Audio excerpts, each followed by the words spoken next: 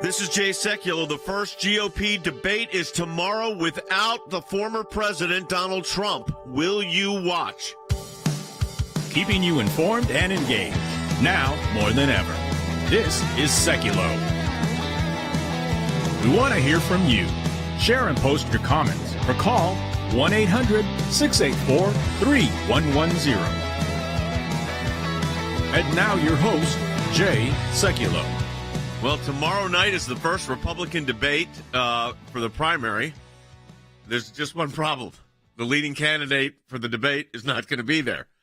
Donald Trump's calling it the vice president's debate, but it is the first GOP debate. We're going to open up our phones here early, Logan, because we really want to hear from our listeners. What do you think about this? Are you going to watch the debate? Who are you backing? What are you looking for? What are the issues that matter most to you? And again, Donald Trump's not going to be there. And there's, or are you skipping the debate? Yeah, or are people not going to watch it? Did Jordan say he's not watching it? He definitely inferred that he'll watch some highlights. He said he would watch it because he feels obligated to watch it because of the broadcast of the work. But I don't think he felt like he was just, a normal person. What do you think? I mean, I will likely watch it. It comes on a little early, right? So 8 p.m. Eastern time. Is that right? 8 p.m. Eastern, so that's where we are, 7 o'clock, getting my kids to bed. That may be a little harder, and some of the topics it brings up, not necessarily always kid-friendly. But I look forward to watching some of it. I will watch it, because I've been saying on the Sekulow Brothers podcast a lot, which is, this is the part that I really enjoy. I enjoy watching the debates. I'm bummed that Donald Trump is not doing it. I understand completely why he's not doing it, but as a fan of this part of the process, it's a bit of an underwhelming experience to know your leader, by such a large margin, is not participating. He's up 35 to 40 points. That's a lot. He's a former president of the United States. He's in a bit of a war with Fox. The host, by the way, so it's being hosted on Fox News, moderated by Bret Baier and Martha McCallum. Here's who's in it. Governor Ron DeSantis, former New Jersey Governor Chris Christie, former Vice President Mike Pence, tech entrepreneur Vivek Ramaswamy, former South Carolina Governor Nikki Haley, South Carolina Senator Tim Scott, North Dakota Governor Doug Burgum. I'm surprised he made the stage, but he did. I didn't even know his name until and former 3 days Arkansas ago. Governor Asa Hutchinson. So will you watch, and what do you want the candidates to address? We're opening our phone lines for you at 1-800-684-3110. That's 800-684-3110. So part of this debate process is to see how everybody addresses the issues. And there's some big issues that are happening right now. We're going to get into this a little bit later. Vivek Ramaswamy, who's gotten a lot of attention, has called for a de-escalation of financial support to the state of Israel once things, quote, stabilize in the Middle East. Let me give you a breaking news alert. It's never going to be stable in the Middle East.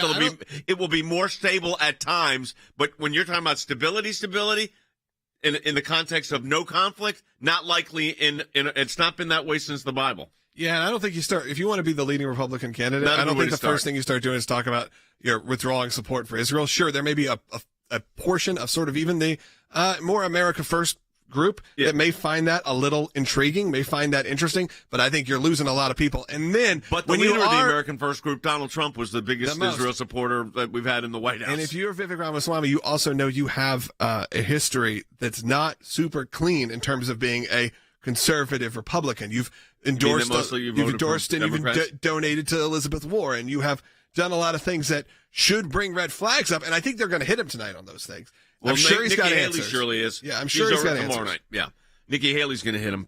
I think she's already done it. The debate's tonight. Is it tonight? The debate was tomorrow night. Yes, Oh. Logan. Tonight is not the debate. Oh, why are we doing this show? No, I'm kidding. Just give me a Christmas call. 1-800-684-3110. I thought it was tonight. No, the debate's tomorrow. Well, not near as fun. But support the work of the American Center for Law and Justice. We're in our Life and Liberty Drive. Hey, folks, we have 10 days left. So we're ahead, but not by we're doing great, and I'm very appreciative of generous support. But we need to make up some ground from the beginning of the year, quite frankly.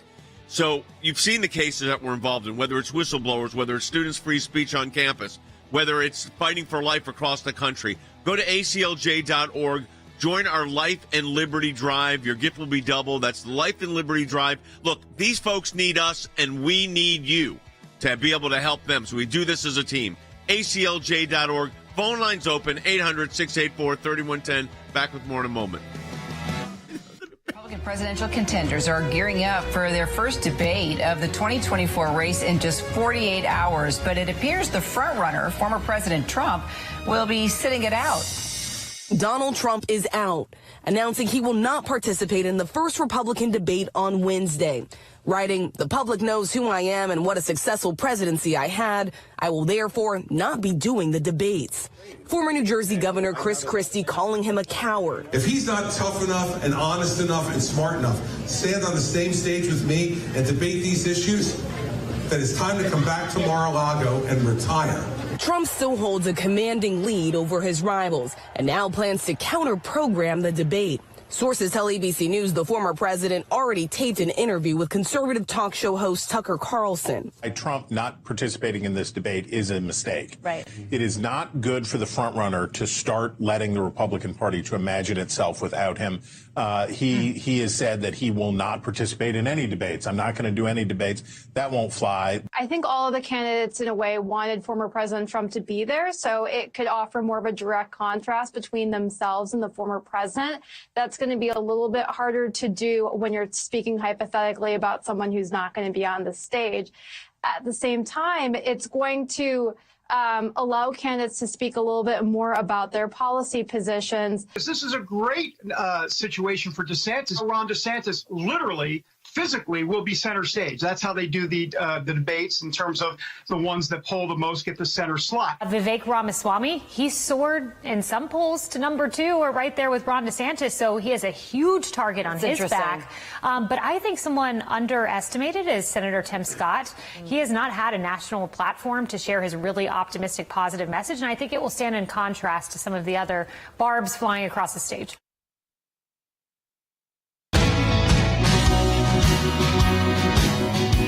All right, will you watch the debate tomorrow night? And what do you want the candidates to address? Donald Trump will not be there. Why is Donald Trump not going to be there? We're going to get into that, too. We're taking your calls at 1-800-684-3110. And we really do want to hear from you as to what you want to see discussed and will you watch. Now, Donald Trump, I think, is not coming for 3 reasons. Number 1, he's not willing to sign a pledge saying he will support whoever the Republican nominee is.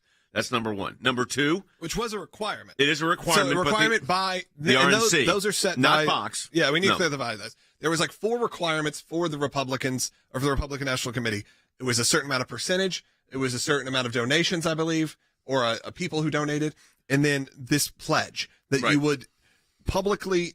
And Jordan said you didn't have to campaign. You just have to say I endorse them, and that's something that honestly I don't love. I talked about this with Jordan too, because I feel like if you're confident enough that you're saying I should be president and you shouldn't be president, well, I shouldn't be forced to say I'm going to endorse you. Well, the Republican Party's trying to get try to coalesce the party. That's what's happening here. All right. And then you don't end up with your top person. Well, your at top the debate. person, and the third reason is he's up by 30 and 40 points. So it's like, what's the point?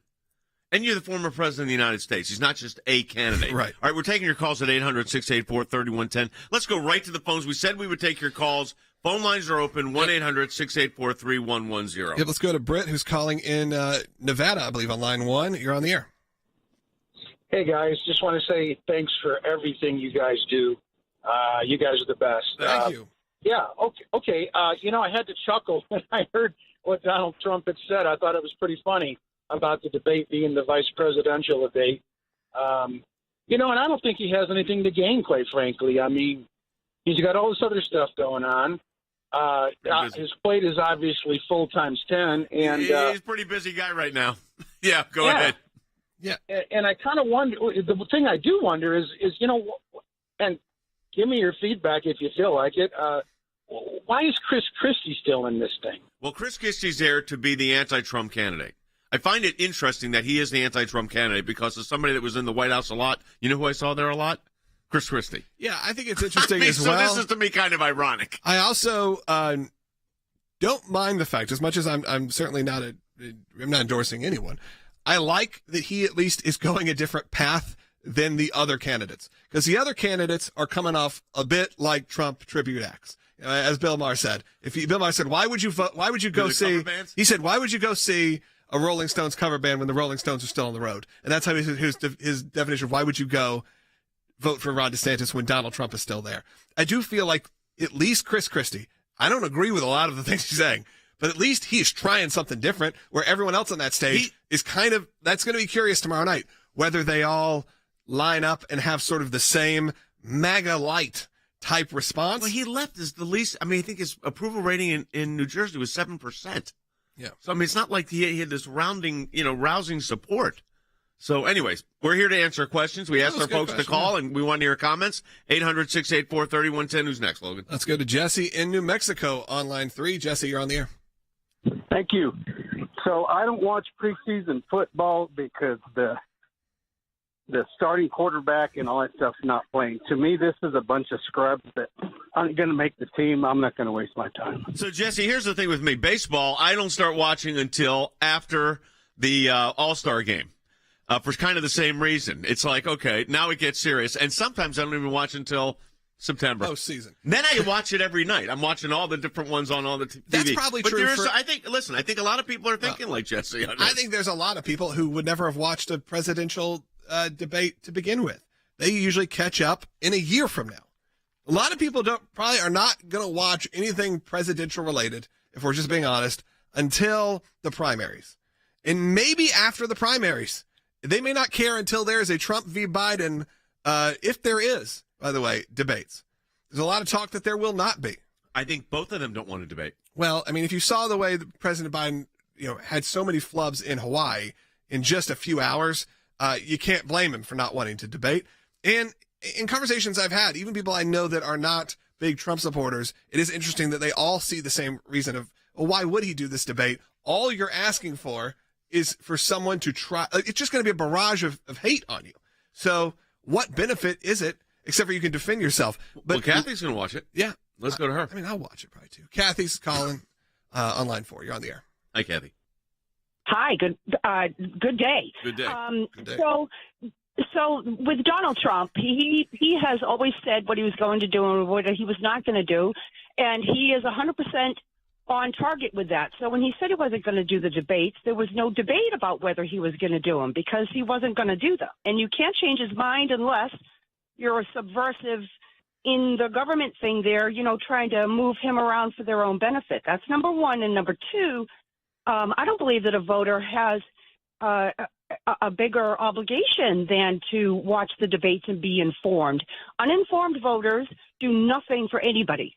They're no better, really, than the people who don't vote or the never-Trumpers. So, well, I tend to agree that I think you got to. First of all, you don't know you never know how these things are going to shake out, and it is early in this process still. Although you say that by October, it's not so early anymore. You're a year out from the election. If you remove Donald Trump from the equation, it would be very interesting because you don't have any. I mean, you have DeSantis clearly with the lead and the people who are actually debating. Right. But beyond that, it's not like by gigantic numbers. No. So you would actually, if you had removed Trump from the situation, you actually would have had a very interesting debate in terms of who could pop out of if this. Donald Trump wasn't a candidate. Yes, that's what I mean. Oh, yeah, I think people would be watching. Because all of a sudden you'd have 6 or so very viable candidates. Right. And again, maybe 4 years from now, we're talking about a lot of these same names again. We'll see. I'm sure some of them we will be. But unfortunately or fortunately, however you want to look at it, President Trump is running. Joe Biden is running. And I don't care if you're RFK Jr. or if you're any of these other GOP potentials. The odds probably for it to be Trump v. Biden are getting close to insurmountable. I think that's right. I mean, and look, I'm not trying to be not that things can't change. Things can change. Oh, yeah. Things can change. I'm not being a shill for anyone. I'm just talking about, like, if we were Vegas betting odds here, you wouldn't even get a return. Vote Trump, Biden. yeah, you wouldn't even get a return because it's like the odds are so much stacked in your favor. So yeah. I'm not sure. We can maybe we can find out. All right. Hey, we got a comment coming in. This is one that comes in from Kathleen on YouTube. She said, I want to see Nikki Haley. I want to see her talk circles around these guys. So that's interesting. Pro Nikki Haley. She is definitely taking on Vivek Ramaswamy. And I think he reminds me of the Andrew Yang of the Democrats. He's having his moment. I'm not sure it could crumble. That it lasts very long because it's a guy that's talking about a 57% estate tax. He's talking about lowering support of Israel, which means you totally do not understand the Middle East, by the way. So, I mean, I could kind of go through the list. And, he may do really well in the debate tonight. Yeah, I think, these are all smart people. These are Ivy League educated groups of candidates. But when I look at it and go, do I think she could do a good job? Yeah. I mean, she was in our Afghanistan documentary we did 2 years ago. She's great. I mean, just a fantastic interview. You should go listen to that. So are a lot of the other people who are on this stage. It's not that I dislike any of them particularly. Vivek is the only one that I need some answers from, because I think he was a Democrat until an hour and a half ago. So was Donald Trump. Yeah. Right. That's true. You know, like, people change. Yeah. So, like, I'm not opposed to saying people change, but if you don't have it, he's not acting like Donald Trump would kind of tell you, yeah, I was a Democrat. I really didn't even know. Like, it wasn't really even a thing. I'm from New York. He's a business guy. That shifted, and he took he almost carved his own political party. Well, that's pretty much has. And sure reshaped the GOP. Yeah. I mean, really, Chris Christie and Asa Hutchinson are the only two that don't fit that sort of somewhere in the MAGA universe. I think that's right. Nikki Haley would. Nikki Haley. I put Tim Scott in there. Pence, of course. Pence is one of the founders, like him or not. I mean, he's one of the founders of it. So it is what it is. Let's. We got 2 minutes. We'll take a call. Quickly, Mary Ellen in Illinois. You're on the air. Oh, hi. Thank you. My main reason, although I have a couple others, is because President Trump, we know what he's done. We know what he will do. I trust that he will clean out the swamp, and all the others will have to do on-the-job training for 4 years before they figure it out. Are you going to be watching the debate? Nope. Because he's not in it? No, because of what Fox did in 2020 and what they did not allow that case to go forward. They settled and didn't get the evidence out there. Well, that's my opinion. Let me tell you about that one for a moment here, okay? Okay, carefully. Logan's giving me eye contact. I was involved in defending Fox in that case. It needed to settle. That's all I'm going to say. All right, Mary Ellen, thank you for your call. We do want to take a minute. Logan, I got the hint. Yeah, we got a bunch of calls. We will take some of these coming up because I think we've got a lot on hold. We'll discuss how we're going to continue on. But I did want to take a minute and tell you we are heading towards the end, just in the last 9 days of our Life and Liberty Drive. This is a perfect time to support the ACLJ. It really is. And you talk about the Liberty cases. We've talked about the whistleblowers we're defending. We've talked about the students we are defending. We've talked about the cases that we've got both at the U.S. Supreme Court, but all the way down to the local school board. And of course, on the life issue, we're fighting for life across the country. None of this happens without you. And, I think about those whistleblowers often, or these students. They need us. They need our lawyers. They need our government affairs team. But we need you so that we can represent them. So together, you and us, as a team, we can make a huge impact. Go to aclj.org, participate in our Life and Liberty Drive. There are 10 days left. Your gift will be doubled. Thank you if you've already participated. We encourage you to do it again. It's the Life and Liberty Drive. Leave it up there for a minute for people to see, please. Life and Liberty Drive. Your gifts will be doubled. aclj.org. Back with more in a moment.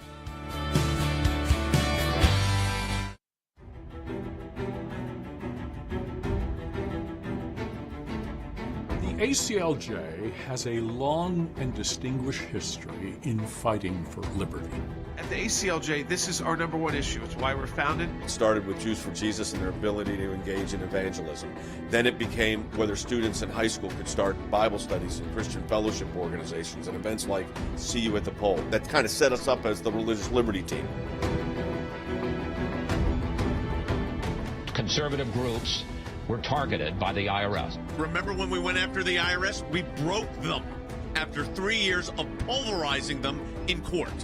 The Party of Tolerance just viciously attacked two peaceful pro-life advocates. Not of a pedestrian who attacked him, but a pro-abortion extremist. A former U.S. Navy chief and part-time employee who was forced to resign his position because he wouldn't remove bumper stickers from his personal vehicle that were supportive of President Trump. We will be representing FBI Special Agent Garrett O'Boyle. He was the FBI agent who blew the whistle on the FBI targeting conservatives. And what did the FBI do to him? Suspended him without pay. Put this guy and his family in a homeless situation. They were thrown out for wearing hats that had a pro-life message on them. Legal action is imminent. We've already put them on notice. We represent the parents and a 15-year-old female student who was forced to perform a profanity-laced, sexually explicit, obscene monologue as a graded assignment. If you don't want me to read it to you, what was that like for my 15-year-old daughter? The responsibility of the ACLJ is to make Americans aware of attacks on our freedom. We fight for the liberties and freedoms that make this country great. Join us in our Life and Liberty Drive to stand with us in the fight. Hey, welcome back to the broadcast, everyone. We're joined now by our Senior Counsel for Global Affairs, former Secretary of State Mike Pompeo. And, Mike, you've got a brand new piece up at aclj.org entitled Biden's Bad Deal, Paying Iran a $6 billion ransom for American hostages turns the American passport into a bullseye. I was helping get a pastor out of Iran, and there also was Washington Post columnists being held, and I think the payment there was $18 billion. The first thing the pastor asked me when he came back to the United States, why in the world did they pay that kind of money? It was because this was a guy, obviously, that was opposed to the regime in Iran and had seen it firsthand, and giving them $18 billion, he knew what was going to happen with that. I understand that we want to get Americans out, but this paying Iran just seems to embolden. This is their other form of business now. Yeah, Jay, you've lived this. You've experienced it. You just described the example you had. This is basically creating a market for Americans to be taken. This is nothing other than a ransom. It is a business model for the Iranians. When they're broke, take a few Americans. We've seen this before, too. Remember the pallets of cash? It seems like a long time ago. Yeah. But this is multiples of the pallets of cash that's going to be provided. It's certainly this $6 billion. I understand there may be another 9 or 10 billion funds going to be released from Iraq. I mean, the Iranian GDP will quadruple as a result of this money going to the Iranian leadership. And Jay, here's the thing: when I talk about this being something we've seen before, we'll see it again. It hasn't been that many years ago when that money was taken, pallets of cash. They'll just take more Americans. It is something that they know how to do. They know how to extract. They know how to use the American media. And while we are terribly, terribly happy for the families when these folks get home, of course, we know that there are hundreds of families across America, indeed thousands, that are put at risk by this very same set of actions. That's the danger.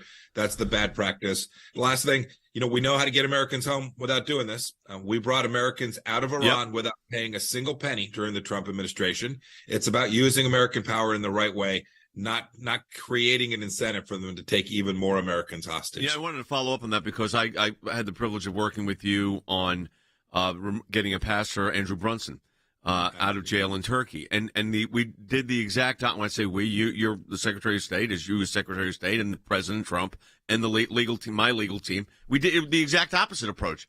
What we did instead, we didn't offer Erdogan money. We didn't offer him. We said, if you continue to hold this guy, I'll never forget President Trump saying, you continue to hold this guy, he's going to be the most expensive pastor you have ever put in jail. He'd be more famous than Billy Graham, quote unquote. I heard the phone call. The next thing we know, I know you were in the room, and we put those sanctions in there. It was $1 billion a week, I think. Amazingly, Andrew Brunson was released.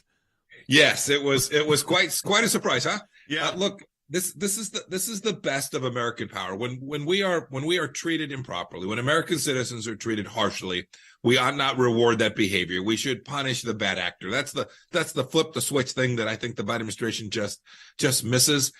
And you saw it with Pastor Brunson. We saw it with the 3 Americans that I had the privilege to bring home from North Korea. Right. Used properly, American power can get these folks out of detainment. And that brings up another important topic. It won't just be the Iranians that observe this $1 billion price tag for hostage. It will be bad actors in Venezuela. It'll be bad actors in North Korea. The Chinese are beginning to hold people with more frequency. This will only replicate the business model for other countries, and it's a really dangerous path to walk towards. So Admiral Kirby, who, in my mind, and I'm not trying to be disparaging here, I appreciate his service to the country, but he's not exactly a confidence builder from that podium, to be blunt, when he gets up there and speaks. He said, don't worry, the $6 billion could only be used for humanitarian purposes. Now, do we really believe, does the Biden administration really believe that the Ayatollah is going to say, oh, that's $6 billion, don't use it to send rockets for Hamas and Hezbollah, only use that to feed our people? No, I don't think they believe it either. That is a song and dance of the most extraordinary proportions, trying to obfuscate the fact that these are ransom payments, and they will be used to threaten our friend, our partner, the nation of Israel. It'll be used by Hamas and Hezbollah and the militias in Iraq. It will be used to conduct terror campaigns and assassination campaigns around the world. Jay, we've seen this. We've seen this again. We don't need to pretend we don't know how this ends. If the $6 billion gets to them, it'll be and they use it for medicine. It's $6 billion they didn't have to spend on medicine. Money is fungible. But second, we saw it with food for oil when we did this with Iraq back in the before the turn of the century. We know precisely what happens. The medicine arrives and they reship it somewhere at a higher price. The medicine arrives and it goes only to the regime.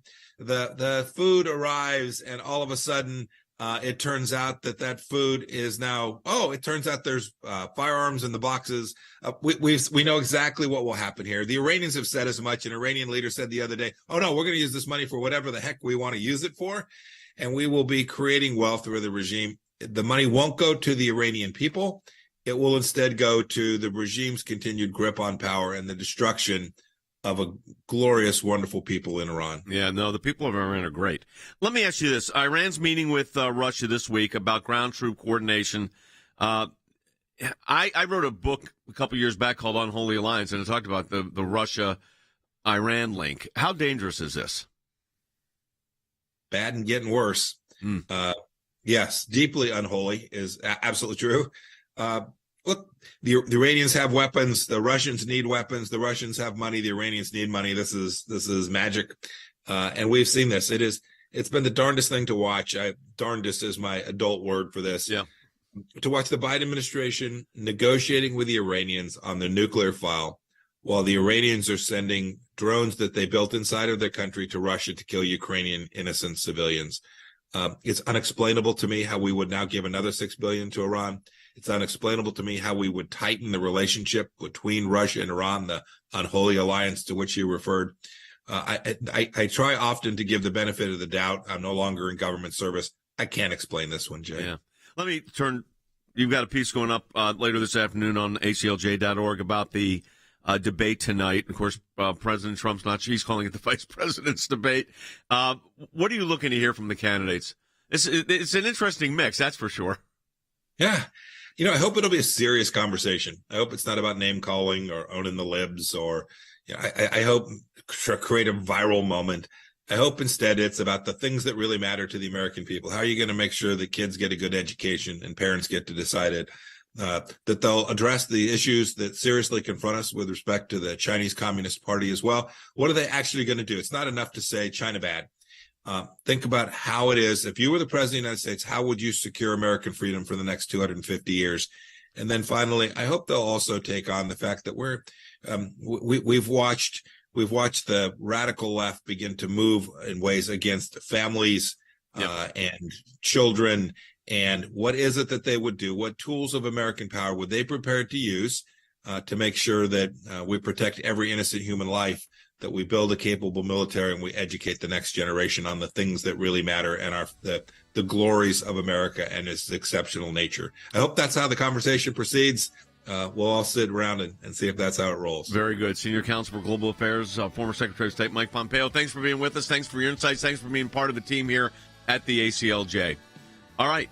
We got a second half hour coming up. If you don't get us on your local station, make sure to find us broadcasting live right now on all your favorite social media platforms, whether that's Rumble, YouTube, Facebook. We are all over those platforms right now, and of course on aclj.org. And go to aclj.org because this is the last 10 days of our Life and Liberty Drive, focusing on what you told us. We've gotten those emails, those texts. You told us are the most important issues, the most important cases you want us to take. So that's why we're focused this month on our Life and Liberty Drive. Go to aclj.org. Hey everyone, this is Jordan Sekulow. You've spoken and we've heard you loud and clear. That's why this month we're doing something big. We're proud to announce our brand new ACLJ Life and Liberty Drive. Our legal teams will be focusing on the issues that you, our ACLJ members, have told us matter the most to you: life and religious liberty. We're redoubling our efforts to beat back the radical left's attack on your constitutional religious freedoms and to defend the sanctity of human life. Life and liberty are the cornerstones of our great nation, but they're not guaranteed. When the values we hold dear are under attack, it's up to all of us to take a stand or risk losing them forever. This is not just a call to fund our legal battles. This is your moment to get in the fight. Just as before, every tax-deductible gift will be doubled. dollar for dollar, through the ACLJ Life and Liberty Drive, giving you twice the impact to defend your freedoms and help us fight to literally save lives. Join the ACLJ in the fight to keep America free. Keeping you informed and engaged, now more than ever. This is Sekulow. And now your host, Jay Sekulow. Hey everybody, welcome back to the broadcast. If you missed the first half hour, of course, we just had on former Secretary of State Mike Pompeo talked about a host of issues, including Iran. We've got the first GOP debate tomorrow night, and that is going to be without the leading candidate right now in the GOP, Donald Trump. We're taking your calls on this. We said we would. We're going to continue to do that at 1-800-684-3110. That's 800-684-3110. We want to know, are you going to watch, and what are you looking for? Mike Pompeo said he wants to have serious discussions on the issues. We'll see. We'll take your calls at 800-684-3110. Let's go right to the phones. Let's go to Rachel in Texas on line 2. You're on the air. Yes, sir. Thank you. No, I will not be watching the debates because Donald Trump is not there. And I don't think that those other candidates should be there. They should be supporting Donald Trump because the election was stolen. It has been proven. The election was stolen in Pennsylvania, Michigan, Arizona. But here's the question, okay? Whatever your views are on about the election, stolen, not stolen, whatever it is, that is done. That is 3 years ago now. So now you got to look forward. And so the argument, Rachel, is that even though Donald Trump's not going to be there, and I understand why he's not showing up. I mean, if I was up 30% and was the former president of the United States, I'm not so sure I would either. But you never know what's going to happen in politics, and that to me means at least take a look. And one of these candidates may actually be vice president, but that's just my view. Let's take another call. All right, let's go ahead. We'll keep it going. Let's go to Joe in New York watching on YouTube. Joe, welcome. Well, thanks for taking my question. First and foremost, thank God you guys are there to solve the injustices around the world. We appreciate that. Thanks. And my question is, with President Trump not showing up at the Republican debate, could he still win the exit poll after the debate, even though he's not participating in it? Interesting dynamics going to be, because they do that, after polling, who won. He's doing a countermeasure with Tucker Carlson that's been pre-recorded already. So it's really not Logan, you're not wild about that. I was bummed about that. I thought we'd get a true response, almost like you have the Democrat response or whatever it would be to one of the State of the Unions. I thought we'd kind of get that from President Trump. But I think what more he's signaling is he probably isn't watching it either. Now, do I think he's watching it? Of course I do. But I think that's probably going to be the vibe they're going to put off, which is it's also unimportant to us. It should be unimportant to the American people. We have a clear front runner. Don't even bother with it. I also think, though the Tucker Carlson numbers have been doing very well on Twitter and other social media outlets that he's been posting on, there is something to be said about speaking to the American people beyond the echo chamber. And when you just put yourself in a Tucker Carlson situation, though his numbers are huge, and I understand that, it's hard to break into maybe your casual voters, your casual Republican voters that aren't watching Tucker Carlson on Twitter. I assume this is going to be on Twitter. I haven't even seen it else, I would assume. On X, yep. Yeah, or on X, excuse me. Yes, I'm the old man. I'm trying to be very hip. I'm the old man. But we'd have to look into that and see how it's going to play. It'll be interesting. All right, we got a ton of calls coming in, and we're going to keep taking them at 1-800-684-3110. Clearly people are passionate about it. Let's go to Roger, who's calling in Oregon on line 5. Listen on the radio. Thanks, Roger. Hey, Roger, go ahead. Yeah. Thanks for taking my call, guys. Will we watch? The answer is yes. Only by watching and hearing will we know what was truly said and in what context. And we also get to see how the candidates respond under fire. But what's really interesting, and I think more important, is that we'll clearly see how the pundits and newscasters frame, or from the other news sources, actually frame the content to their audiences. In other words, how they spin it. I think that may be the most interesting aspect of this is what happens afterwards in the spin room. I don't know if Donald Trump's representatives, I do not think are going to be there. I don't think they're allowing them in there. I think there was my something. Understanding is that Fox said no because you're not participating in the debate, which I also understand too. Yeah. All right. We're taking more of your calls, 800-684-3110. We are 10 days left in our Life and Liberty Drive. We got 10 days left. This is it, folks. I mean, these are the big 10 days, too, by the way. You've been very generous. We appreciate it. Any amount you donate is going to be doubled, which is great. But I need to tell you that right now we really need your help. We've got a lot of requests for assistance coming in, and more coming in every day. Students, pastors, leaders, people on the streets handing out life literature. aclj.org. Another deadly terror attack, this time in the southern West Bank.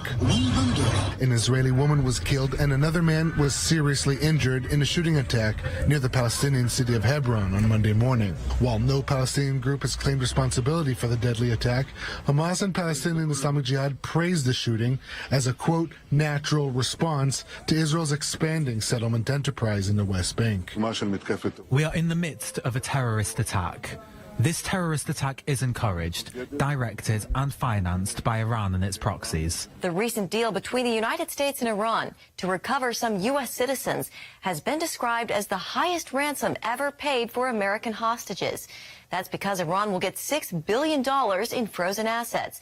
Israeli Prime Minister Benjamin Netanyahu released a statement focused on the country's main concern, Iran's nuclear ambition. Israel's position is known, according to which arrangements that do not dismantle Iran's nuclear infrastructure will not stop its nuclear program and will only provide it with funds that will go to terrorist elements sponsored by Iran. Certain international experts don't blame Israel for its stand on the Iranian deal. Former U.S. Senator and Ambassador Sam Brownback tells CBN News he would understand any Israeli anger over the U.S. allowing billions of dollars to go to its erstwhile enemy. If I'm Israel, if I'm Saudi Arabia, I'm livid about this. And Israel's trying to limit Iran from getting a nuclear reactor and a nuclear weapon for obvious reasons, and this just helps fund those efforts. As the world's leading state sponsor of terrorism, Iran continues to focus on attacking Israel on all sides through Hezbollah, Islamic Jihad, and Hamas. Not to mention all the threats that Iran poses to the state of Israel, the existence to Israel, their terror proxies that attack Israel every day. Okay, welcome back. We're going to change focus for a few minutes here and talk about some international matters, specifically Israel. But before we do that, we said we're going to take a call. So let's do the call first, Logan, then we'll go right to Jeff Balman. Yeah, Bill's calling in South Dakota on line 1. You're on the air. Thank you. Talking about the debate, I think that Fox has become rhino hack, and I'm afraid that they're going to bait everybody into Trump bashing rather than stick to policy. And but you know what the truth is, Bill? But you know what the truth is, Bill? Here's the truth. I mean, you say that they're rhino baiting, but here, let me tell you the truth. There's no network that gives Donald Trump more airtime than Fox News. Laura Ingraham defends Donald Trump. Sean Hannity defends Donald Trump. Then you want me to go through the list of the others? I mean, so let's be fair. Jesse Waters does too. There's no network that's giving him more cover than Fox, Bill. And in terms of the main, as far as them in the main networks that that people are actually watching. So I didn't mean to cut you off there. Go ahead and finish, Bill. But I do want to be, because look, I'm to be clear, I represent Sean Hannity and I've also represented Fox. So it's not like they have not given him a lot of coverage. Go ahead, Bill. I understand what you're saying, but it just becomes a sad testament to me that political debates become more about personal bashing than policies that help the American people. I totally agree with that. I totally agree with that. But go ahead, Logan. But, yeah, I mean, I agree with Bill too. But I mean, no, in a sense of that's really, I feel like, always been the case and really ramped up the last few times. And I would say that, I mean, I'm not saying it as a negative, Bill, but if there's someone who's really added to that conversation of getting things personal and down and dirty, it's President Trump. And I'm not saying that necessarily that I don't enjoy the entertainment value of it. But remember what he said about whether, Ted Cruz's wife or Ted Cruz's father or little Marco or all the nicknames that really had nothing to do with policy. They were always just personal attacks. So while I agree with you that I wish that wasn't how the debates are, sure, the entertainment value is there when that happens. Did the Ron DeSanctimonious one stick? It definitely did.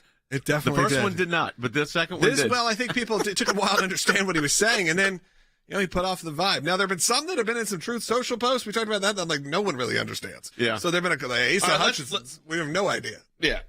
Why would you even waste nothing wrong with Asa Hutchinson as a person, but really, just he's not going to be the president of the United States. It's some deep Broadway reference. All right, so let me go to Jeff Balman. Jeff, you're headed back to our office in Jerusalem tomorrow. Iran's going to be getting more money from the Biden administration, by the way. People need to understand the funding that they do through proxies. I mean, a lot of people do not understand that, but that is a big problem. And we don't have Jeff's audio, so... Stand by. You have me now? You got you, Jeff. Sorry. Okay, apologies, it's my end. Yeah, Jay, it's a huge problem. And Israel is at this point being caught between pincer movements of terrorism. It's a wave of terrorism that Israel hasn't seen in years and years, largely generated by Biden's policies. I mean, you talked about that there are Iranian proxies. Iran is emboldened more and more. We've unleashed billions of dollars to Iran now. We know that their stated intention is to wipe Israel off the map. They've never been shy about it. They want another Holocaust. They want a genocide. They're very proud of that fact. And we, in America, apparently our government has decided to send them billions. At the same time, Fatah, the ruling power in Judea and Samaria, known as the Palestinian Authority, they just took credit proudly for murdering a 42-year-old preschool teacher in front of her children. They were in a car, and terrorists affiliated with the Palestinian Authority cut her off, sprayed 20 bullets into the car, wounded the driver, killed this mother of three for the crime of being a Jew. Yeah. So, meanwhile, the United Nations comes out with more policies and referendums and resolutions against Israel than pretty much any country, well, not pretty much, than any country in the world. CC Howe's with us. We have just filed our document at the United Nations. I'm holding it in my hand right now, supporting Israel. I suspect, CC, we're going to be lonesome on that. There's not going to be a lot. Like you said, about a third of the resolutions and the special sessions that the Human Rights Councils hold are against and condemning Israel each year. A third of them. So Israel gets the attention in a bad way from the United Nations, and we consistently step in and support them and actually commend them for their stellar human rights record, which is never reported on the opposite side at the UN. And so we've done this. This is the 54th session of the Human Rights Council, and we will be submitting our written submissions. They have the strongest Israel. Human rights record of anybody else in that region. Absolutely. I mean, it's not even a close call. Yes, it's absolutely. And we point that out. We point out that the rights of their Arab citizens are absolutely respected. They have absolute equal rights. Again, that's not what you hear from the UN reports. They skew the facts, and we're absolutely able to come in and give the facts in black and white of the stellar record of Israel for their human rights. Jeff, the Biden administration raised concern about Palestinian aid boosting Hamas, yet they went ahead and funded it anyways. That's right. There seems to be no stopping the Biden administration. It's hard to know if it's intentional or ineptitude, but it kind of feels intentional. This seems like the third term of the Obama-Biden administration where they really just flipped everything, went against Israel as though Israel was the problem and the terrorists were the good guys. The mullahs of Iran are the good guys. And these are not just Israel's enemies. These are America's enemies. These are our direct enemies. And for some reason, this administration seems to be sending funding and support in every possible way to the people who want to kill Jews in Israel. Jeff, I kind of have a bit of a concern, and we're talking about the debates, and obviously there's a discussion about, the sort of backed off nature of Ramaswamy and some of these other people. And there has been sort of a systemic problem in America, and even in the evangelical church over the last 10 years or so, 15 years, where Israel has started to lose the PR war, if you will, in terms of even with the most loyal people standing up, which has usually been evangelical Christians who've stood up for Israel. My concern is we start to see that trickle into sort of the American conservative movement, where it is a pushback of going, well, we don't want to give money to Israel because we don't want to give money to anyone else, because we become very isolated in that. When there starts to become a lack of understanding of what the relationship between America and Israel is, and you start to have political candidates that are rising and rising that maybe don't have the interest of Israel at heart, or can see it as a talking point that maybe they can differentiate themselves from the other candidates, because there is a narrative that we're locked in this relationship and that it's not a good one and that this has been a bit of a mirage. And I'm concerned when mainstream candidates start talking this way. Well, it's a super complicated situation here, Logan, and I see this both in Jerusalem and in Washington. The issue of aid to Israel is extremely fraught. And there are people, starting with Bibi Netanyahu, who back in the 90s said we really want to wean Israel off of American aid. But there's been pushback against that. And the problem is that aid comes with a lot of political friction. And so it's a separate conversation, I think, what and how aid should be dealt with. And you know that people don't realize this. Right now, Israel did wean itself off foreign aid. Israel just gets military assistance, all of which gets spent in America. It's almost like America's writing an aid package to support the American defense industry because the money comes to us, comes to America.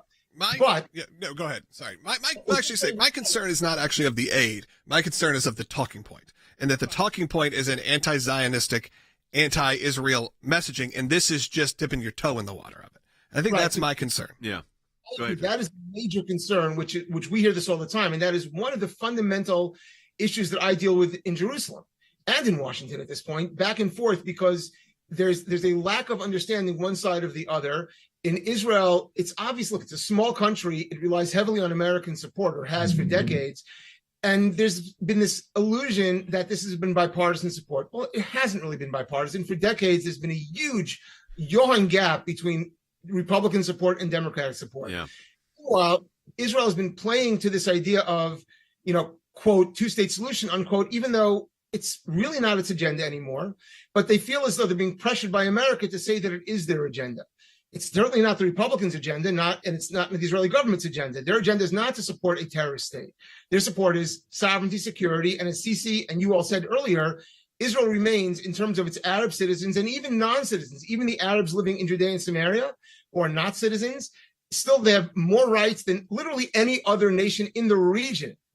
No, there's no question about that, and we've raised that multiple times with the UNCC. Absolutely, we do not miss a time to stand up for Israel at the United Nations because, again, I think it's important to point out a third of the resolutions and the special sessions at the Human Rights Council are aimed against Israel, at condemning Israel. So it's very important for us to stand up for Israel and point out their stellar record for human rights. Logan's right. The evangelical church is waning in support. I mean, it's a real problem, and that's, I think, a PR war more than anything else. Jeff, we appreciate it. Hey, folks, we're coming to the last segment. We're going to take your calls at 1-800-684-3110. That's 800-684-3110. When you're supporting our Life and Liberty Drive, you're also supporting our work in Jerusalem. We have an office in Jerusalem. Jeff's on the way back there tomorrow. He works out of that office.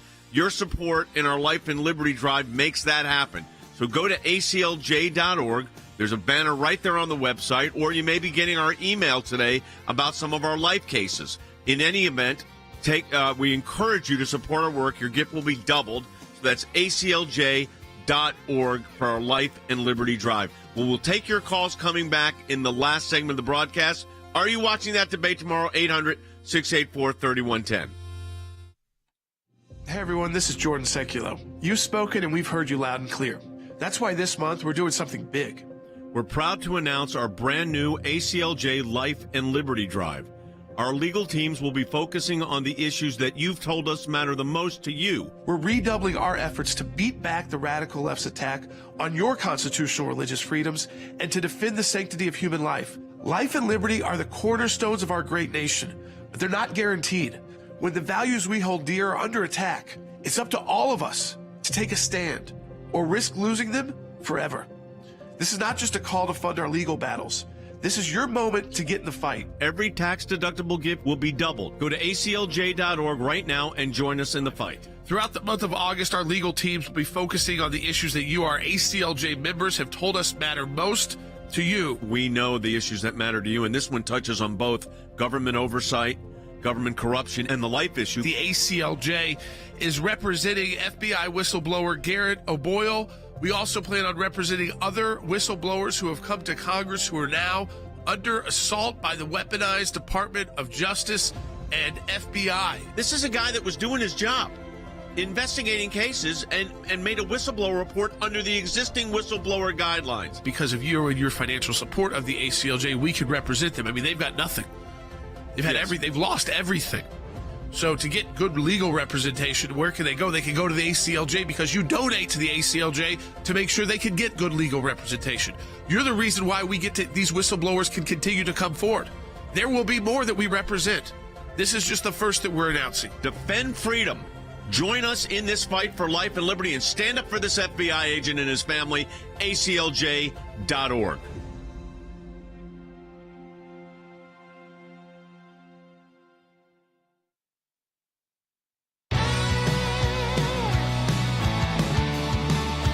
Welcome back to Sekulow. We are taking your calls at 1-800-684-3110. We'll take as many as we can in this segment. Do you want to go call? You want to? Let's go to the call first. All right, let's start talk with to some Harry. of the people who have been on hold for a while.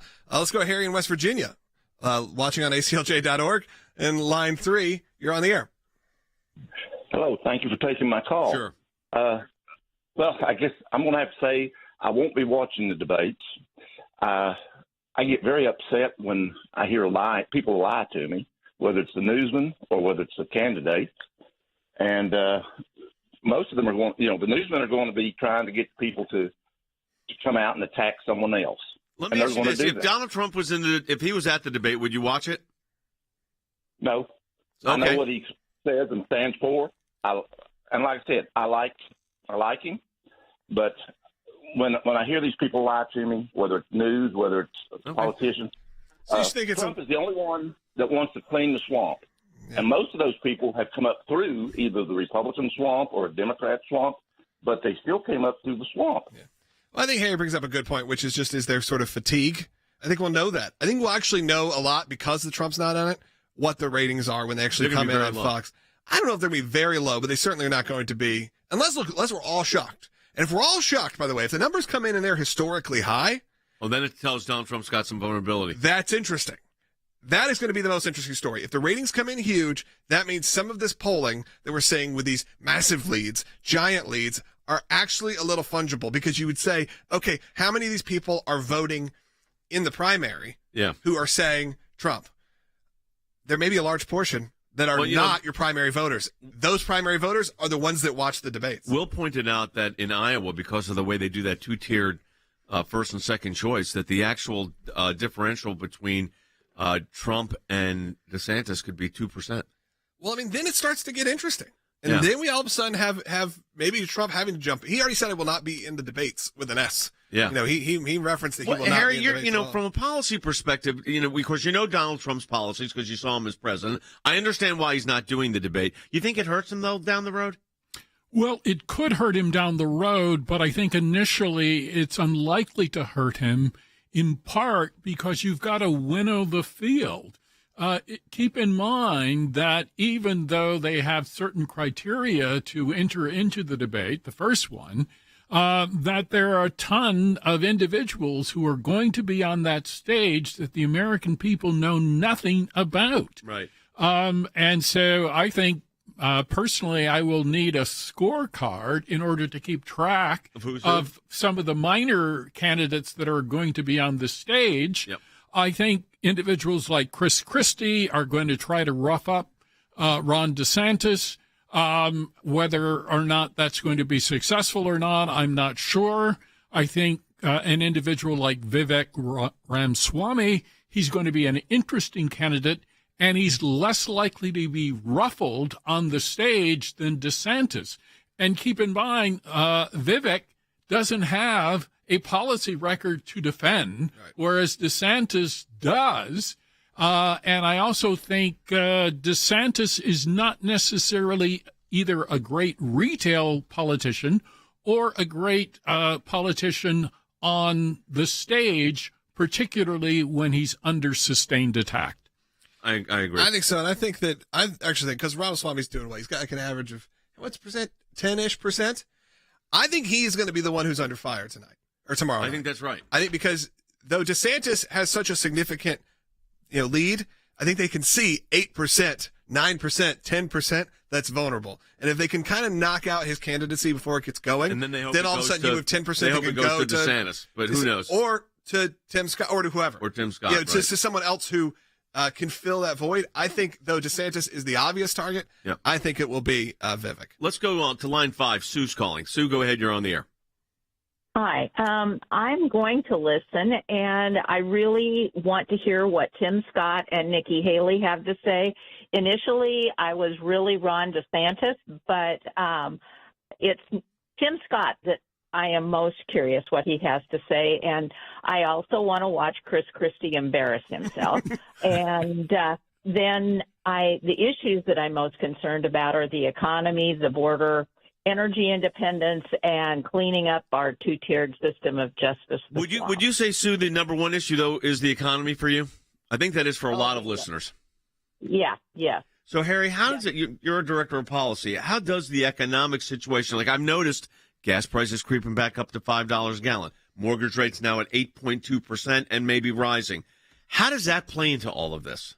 Well, I think a large portion of the populace, comprised of the working class, are basically disconnected from both political parties, and justifiably so, because the elites in both parties, they are not enacting policies that basically benefit the working class individuals that we have in this country. So I'm seeing on the internet, in internet magazines, more and more stories by individuals who are very well educated, and they're pointing out the fact that a large portion of our populace is disaffected. So we live in a country, for instance, wherein illegal immigrants can come to this country and receive up to $2,200 per month from the United States government, whereas an individual who's paid into Social Security for 20, 30, 40 years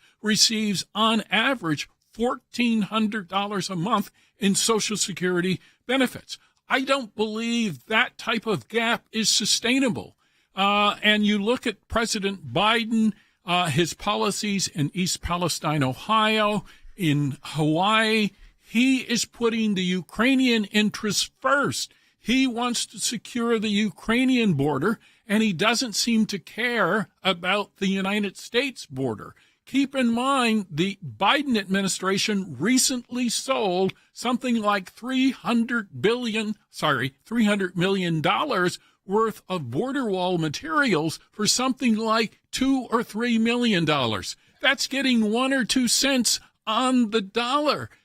Many Americans are upset with that, particularly given the fact that gasoline prices are up, mortgage prices are up, etc. All right, Susan, you go ahead. Yeah, I was going to say, Susan, Maryland, really quick, run out of time. Thanks for holding. Hi, comment on the debate. I see it as Apprentice 2.0. These candidates are it's going to be hilarious, and the cream is going to rise to the top. The stones will sink to the bottom. And Donald Trump will be watching from the comfort of his home, and he will be using all of this debate production and feel we're more and more confident. Is President Trump announced whether he is going to watch it yet, Will? Has he said he was definitely going to watch it? I'm sorry. No, I don't think he said. Yeah, I don't know if he's going to watch it or not. Yeah. I suspect he will. He calls it the vice president debate. Yeah. He said Ron DeSantis is crashing like an ailing bird. That's pretty good. That's pretty good. An ailing bird? An ailing bird.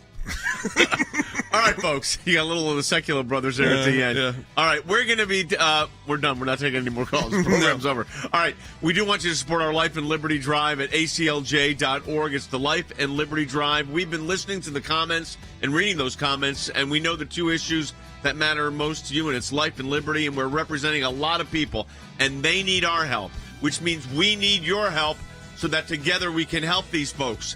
It makes a huge difference. Go to aclj.org. That's aclj.org, and support the work of the ACLJ during the special month of our Life and Liberty Drive. That will do it for the broadcast today. We'll talk to you tomorrow.